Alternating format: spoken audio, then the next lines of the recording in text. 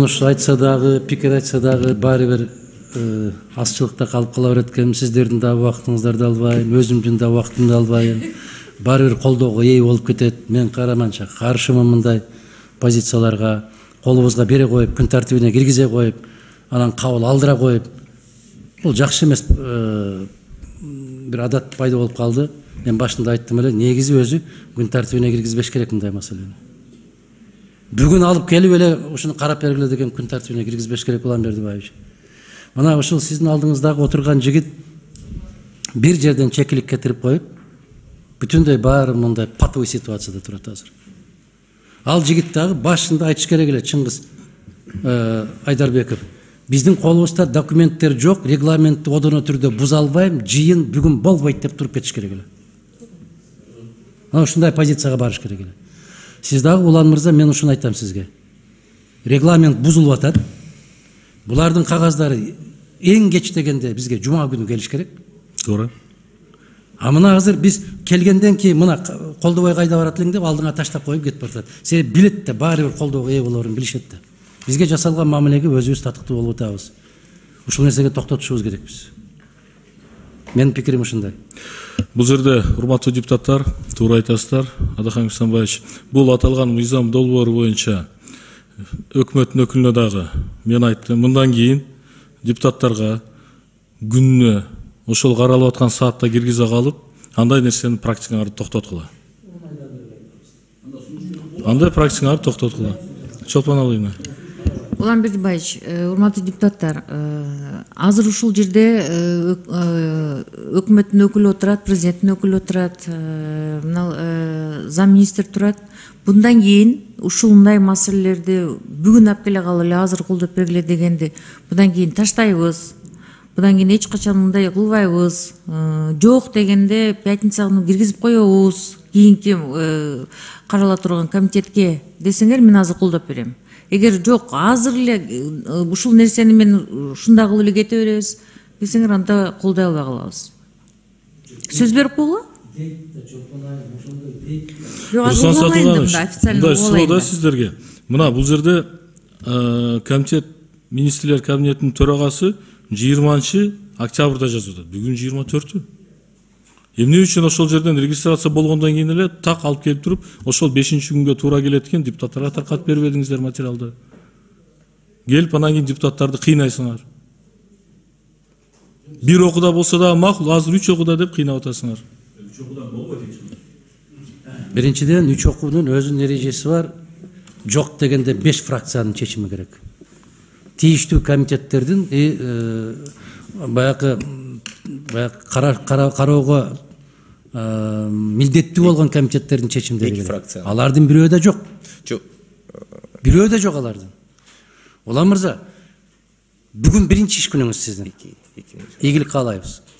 Ийгилик каалайбыз. Сиз принцибиңизде туруңуз. Биздин комитеттин жүзүбүз, депутаттардын жүзү регламент. Коргоочусу дагы Аллахтан кийин, жараткандан кийинки коргоочу бул регламент. Биз бузуп атабыз. Бул жакшы эмес процедурага баратабыз. Муну токтотушубуз керекпиз.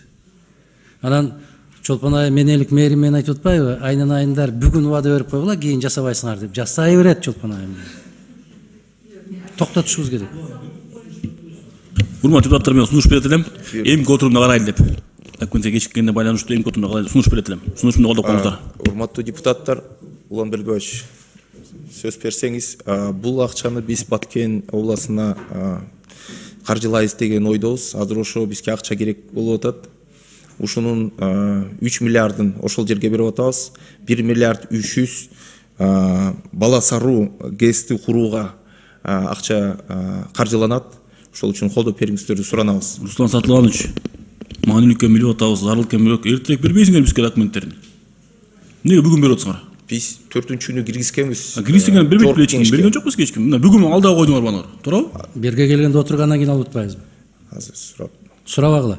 Мындай кылчы. 3 миллиард Баткенге берип атасыңар, э? Капиталдык салымдар аркылуу да. Казинодон канча таптыңар? Казинону айта албайт экем, ал деген биздин налоговый органдар. Тездетип алып бергиле деп олтуруп ушул жерден кабыл алдырдыңар. Канча таптыңар? Акылбек Жапаровдун айткан суммасы канча эле? Жок, казино боюнча билбейт экенмин мен. Эми караңыз, ошондо мен эскертип коеюн. Урматтуу кесиптештер, биз баарыбыз кыргызбыз. Биз мусулманбыз.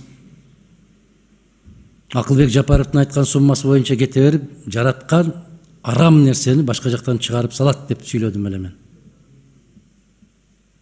Силер 10 жылда дагы 3 миллиард сом таба албайсыңар ошо казино кумар менен. Бирок жараткандын буйругу менен 4 күндүн ичинде, 3 күндүн ичинде 3 миллиард чыгаша кылып койду. Качан болду эле ушул ысык көлдө? Июнь айында жарым метр кар жаап, мал жандын баарын жут болуш. Мына ушул сиздерге далил. Мыйзамсыз жолго барбагыла.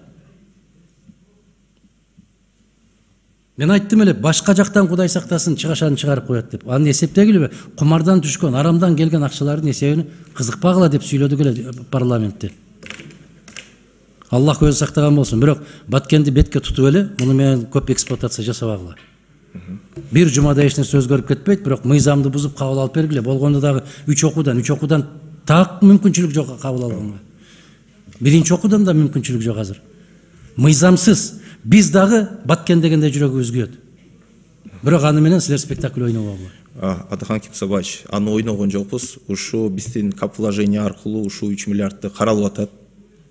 Элдерге айтып атабыз, сиздерге да айтып атабыз, ушуну колдоп бериңиздерди суранабыз. Урматтуу Руслан Сатылганович, макул, бул жерде депутаттар колдоп берет, бирок ошол мыйзам талаптарын бардыгын аткарайлы. Бул жерде мына бардык фракциялардын оң корутундусу болуш керек.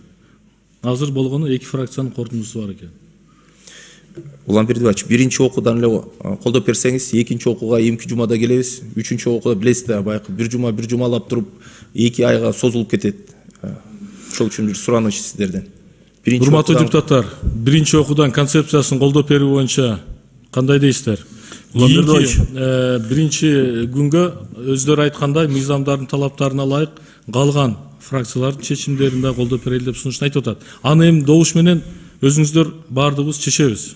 Уланбердиевич, процедурный. Өзүңүз айттыңыз. Сунуш берип койдук. Сунуш бердик.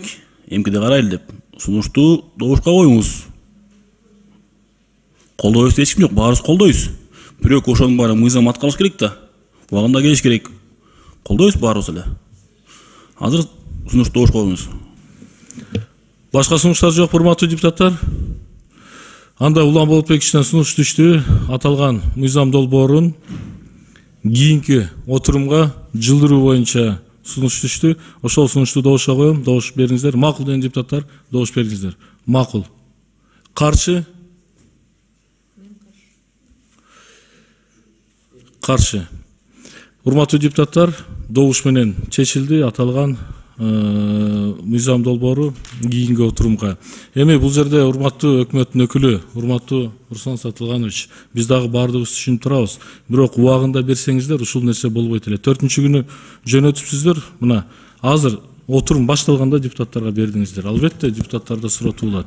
Уланбердиевич, процедурный. Урматтуу депутаттар, башка суроолор жокпу? Ленин Яновна.